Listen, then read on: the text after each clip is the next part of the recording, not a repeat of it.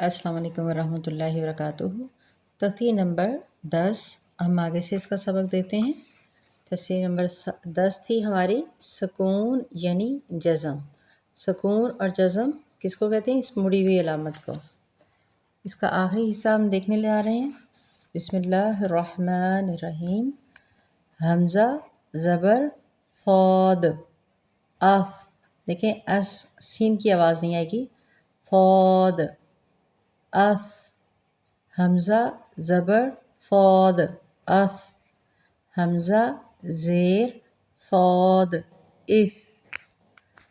हमज़ा पेश फ़ौद उस।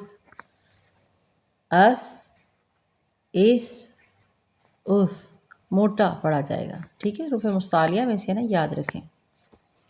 अब ये है सौद के आगे दौद। देखें आप चाहे ज़ुबान को अपने थोड़ा सा लेफ़्ट साइड पे मतलब लगाएं, एक करवट की तरफ लगाएंगे हल्का सा, तो ये दौद आराम से अदा किया जाता है। नहीं तो अगर आप ज़ौद पढ़ना चाहते हैं तो ज़ौद भी ठीक है, लेकिन अरबी में ये दौद ही है। हमज़ा ज़बर दौद आद। हमज़ा ज़ेर दौद इद। हमज़ा पेश दौद उद।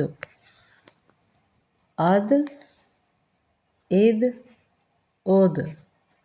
अब ये है तो के ऊपर देखें जज़म आ रही है, तो के ऊपर जब जज़म आ जाती है तो ये कौन से हरूफ में आ जाता है? ये कलकला वाले हरूफ में आ जाता है। कलकला वाले हरूफ आपको याद होंगे, क़ाफ तो बा जीम दाल।